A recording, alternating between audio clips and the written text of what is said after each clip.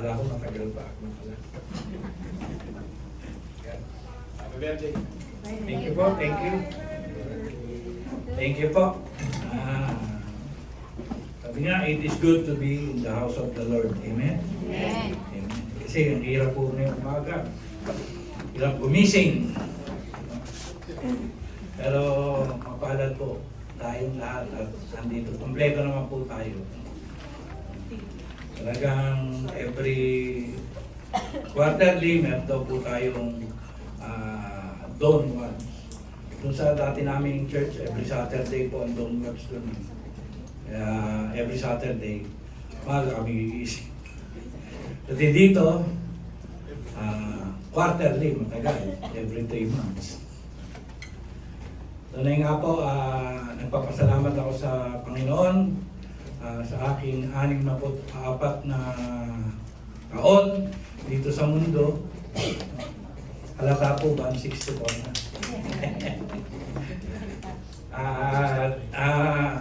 Yung blessing po talaga ni Lord, hindi po napapatid. No? Kahit na yung 64 years na yun, mga 1/3 po masagana, 2/3 ang talagang laban. Pero talagang makikita naman natin, pag-ising pa lang natin sa umaga, talagang malakas tayo, hindi tayo binibigyan ng karamdaman. No? Nakapagluto pa, kahit may edad na, minsan maalat na rin magluto. Minsan matabang naman, sabi ko, bahala na kayo magtimpla, may sausawa naman din. Sa umagang ito, ay doon pa rin po tayo sa series natin na Predestination. Sahin ko lang po yung Ephesians 1:3-5 and 11. Purihin ng Diyos at Ama ng ating Panginoon Kristo, pinagkalooban niya tayo ng lahat ng pagpapalang espiritual na nagmumula sa langit dahil sa ating pakikipag-isa kay Kristo. Bago pa nilikha ang sanlibutan, ay pinili na niya tayo upang maging Kanya sa pamamagitan ng ating pakikipag-isa kay Kristo. At upang tayo'y maging banal at walang kapintasan sa harapan niya dahil sa pag-ibig ng Diyos. Pinili niya tayo upang maging anak niya sa pamamagitan ni Jesucristo ayon sa kanyang layunin at kalooban. Verse 11, kami ay pinili ng Diyos mula pa sa simula na maging Kanya sa pamamagitan ni Kristo ayon sa kanyang plano. Ang Diyos ang gumawa ng lahat ng bagay ayon sa layunin at kanyang kalooban. Tayo po'y manalangin. Panginoon, salamat po sa umagang ito. Tunay nga po, malaking pribileyo ang ibinigay niyo po sa akin, sa aking karawan, para magbahagi ng iyong salita.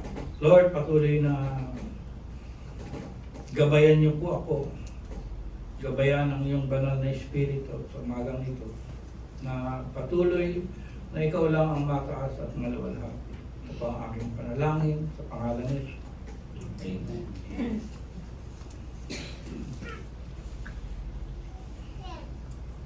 Ang topic po natin sa umagang ito ay Prayer of a Destined Person or Panalangin ng Pinili.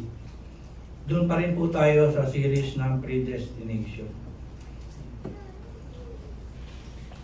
Sabi nga po ng binasa ni Ate Adelaide, ang teksto po natin ay Ephesians 3:14 and 17. Sabi po rito, dahil dito ako'y lumuluhod sa harapan ng Ama, na mula sa Kanya nagkakaroon ng pangalan ang bawat sambayan sa langit at sa lupa. Idinadalangin ko sa pamagitan ng Kanyang Espiritu na palakasin ang inyong buhay espiritual ayon sa kanyang kayamanan at kadakilaan. Naway manatili si Kristo sa inyong mga puso sa pamamagitan ng iyong pananalig. Dalangin ko na ang pag-ibig ang maging ugat at pundasyon sa lahat ng inyong gawain. No? Ang pamagat nga po ay panalangin ng pinili. No? Ibig kong sabihin ng panalangin ng pinili ay may darong puntos po tayo: prayer, scripture, and prayer with faith. Ang prayer scripture po ay unstoppable prayer, no? Because the scripture itself declared by God. No? Kung babasahin po natin ang Biblia, meron po doon 8,000 pangako ang Panginoon. Kaya po unstoppable ang prayer ng mga pinili. Tayo po ba, may kabisado po ba tayong mga pangako ng Panginoon? 8,000 po yun, plus. Sa loob na, sabi nga ni Pastor, sa loob ng isang taon is 365. Sa 1,000 na lang, 3 taon na po yun. 8,000 po yun, times 8. Kaya hindi po tayo mauubusan, kaya po unstoppable ang prayer dapat natin. Kung alam lang natin na kahit 50 or 20 na lang po na pangako ng Panginoon, sigurado po ang prayer po natin ay tutugunin. No? Kasi pangako niya po yun. Hindi naman nababali ang pangako ng Panginoon. Lalo na po pag dinala po natin sa prayer. Minsan po kasi, ang mga panalangin natin ay hindi sinasagot dahil hindi nga po tayo nagpe-pray in the scripture. Pero kung manalangin tayo sa pangako ng Diyos, no, unstoppable po ang prayer natin. Sabi nga po ng 1 Thessalonians 5:17, manalangin kayo ng walang patid. Kaya po ang bawat pinili ng Panginoon, dapat po merong memory verse, no? Kaya nga lagi sinasabi ng pastor, lagi tayo magbasa ng Biblia. No? Sabi nga ng Psalms 1, araw at gabi. Tayo magbulay-bulay ng salita ng Diyos. Kaya po, sa umagang ito, kung tayo po ay mananalangin, andun po yung ating panalangin na unstoppable kung tayo po ay talagang nagbabasa ng Biblia, nagme-memory verse, no? Kasi yung pangako po ng Diyos, hindi naman po talaga ito para sa atin lang po itong mga pinili. No? Hindi po ito para sa lahat ng tao, sa mga pinili lang po ng ating Panginoon. Dahil ito ay pangako niya sa atin. Pangalawa po, prayer, scripture, may direction po ang ating panalangin. Bakit po may direction? Dahil nasa scripture na po. Nakasulat na po sa Biblia. Pag nakasulat po sa Biblia, sigurado po na ito po ay tutugunin ng Panginoon.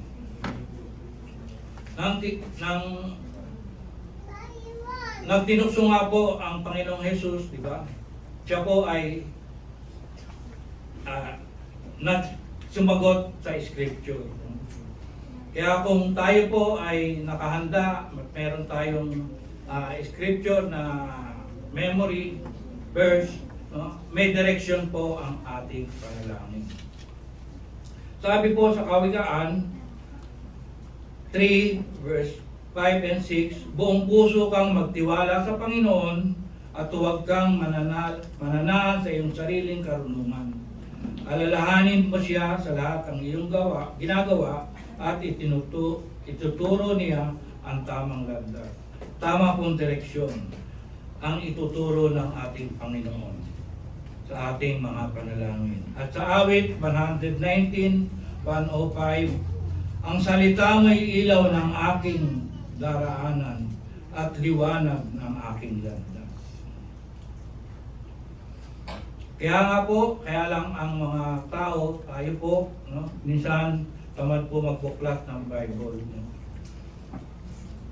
Tamad po na mag-memory verse. No? Pero ito po ay importante sa ating mga mananampalataya. Pag nanalangin tayo ng prayer scripture, ando dun na po lahat. Wala na tayo mahanapin. Kumpleto na po ang ibinigay ng Panginoon sa atin. At kung tayo po ay may prayer scripture, naka-align po sa will ng Diyos. Sabi po, to align in God's will is to seek and live in agreement with God's divine purpose and plan for the life for your life. Ang proseso po ay nasa sentro ng pananampalataya, pananalangin, at pagkaunawa sa Scripture. Siguruhin po natin na tama ang motibo ng ating prayer para tugunin ng Diyos. Sabi po ng Romans 12:2, huwag kayong makiayon sa takbo ng mundong ito. Sa halip, hayaan ninyong baguhin ng Diyos ang inyong pag-iisip upang maunawaan ninyo ang kanyang kalooban. Sa gayon, magagawa ninyo kung ano ang mabuti, kung ano ang kalugod-lugod sa kanya, at kung ano ang ganap. Kung tayo po ay nagpe-pray scripture, andun po ang will, naka-align po ang will ni Lord. Pag ang prayer mo ay will ni Lord, siguradong may kasagutan. Kasi po minsan, may gusto tayo, pero alam ng Panginoon na hindi makakabuti sa atin, hindi ho siya tutugon. Kasi wala ho sa will ni Lord ang ating mga panalangin. Pang-apat po, prayer scripture is protected by God.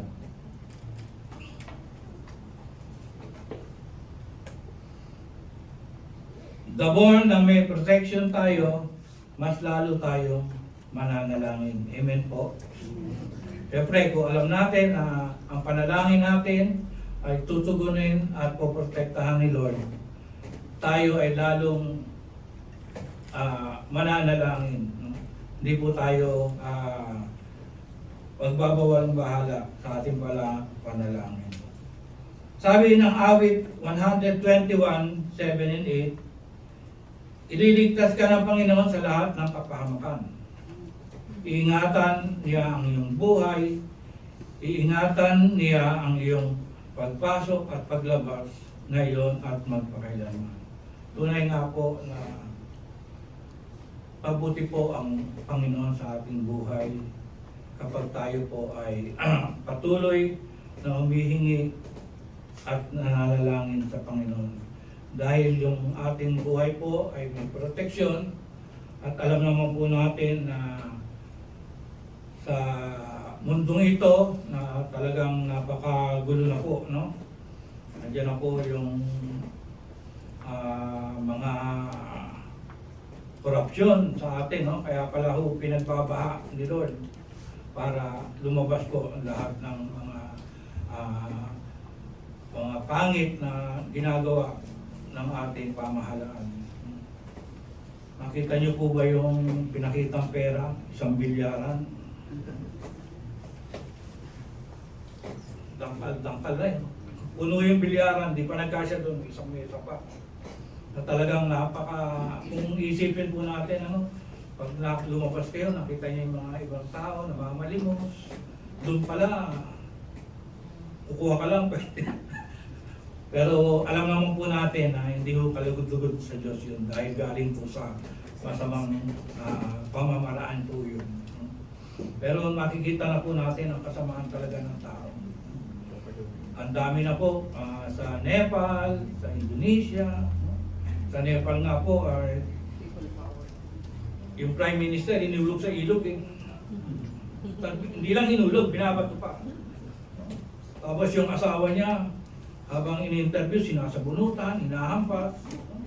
Talagang nagalit na po ang tao sa mga ibang klase na nga daw po. Hindi na po gawa ng tao yun. Talagang gawa na po ng demonyo, sabi nga ng sekretary ng DPWH niya. Hindi mo na maisip na kaya nilang gawin po yun.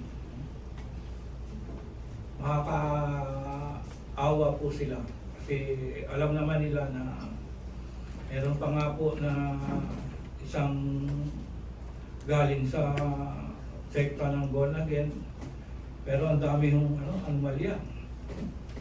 Joey. Ano po? Hindi ko na ako nga sinabi.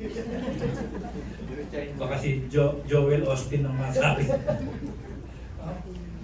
Pero marami hong resibo na sinasabi nila, no? Kaya hindi ho pwedeng baliwalain na hindi totoo. Makakapanghina dahil tama naman ang pananampalataya pero naliligwak kami. Kaya ingat po tayo. Kung di ho tayo magpoproteksyonan ng Panginoon, talagang nasa magulong buhay na po tayo. Pero totoo naman po na ang panahon ngayon ay pasama na ng pasama. Sabi nga ng Biblia, even the elect will be deceived. Kaya pakaingat po tayo, lagi po tayong nalangin, tuon po tayo sa salita ng Panginoon sa araw-araw ng ating buhay. Sabi nga po, even prayer is predestined sa atin mga pinili. Kaya kung tayo po ay may prayer scripture, sigurado po na unstoppable po ang ating panalangin. Pangalawang puntos po, prayer with faith.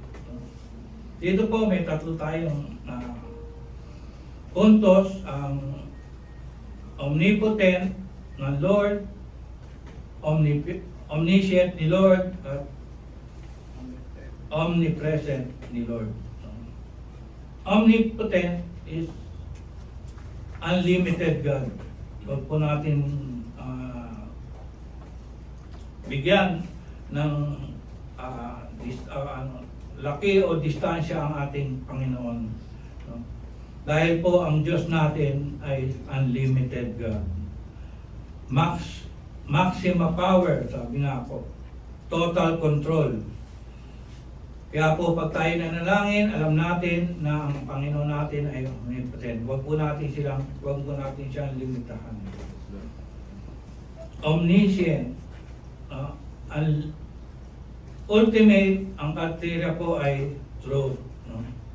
Pag tayo po ay nanalangin at ito po ay katotohanan naman, ito po ay tutugunin ng Lord.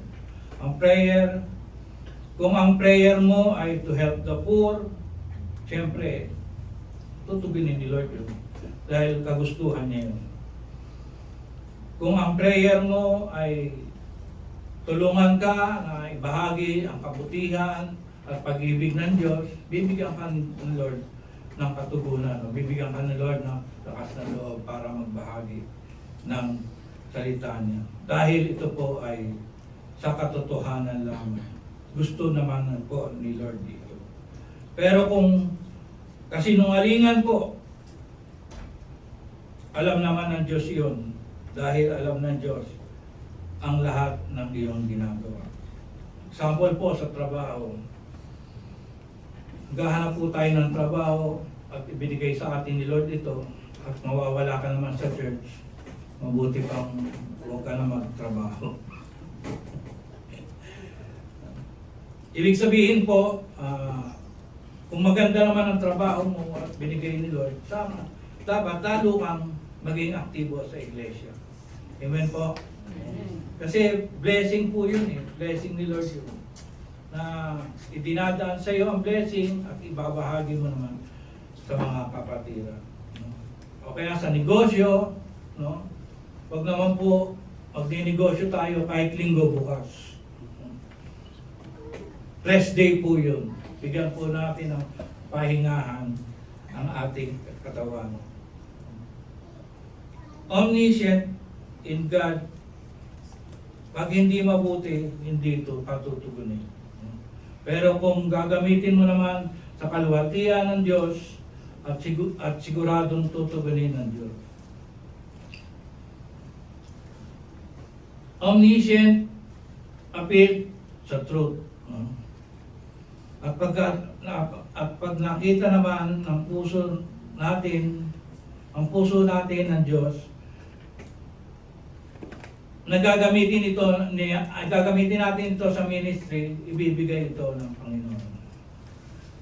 Lagi po natin dadaan, ang omniscient is to glory and serve to God.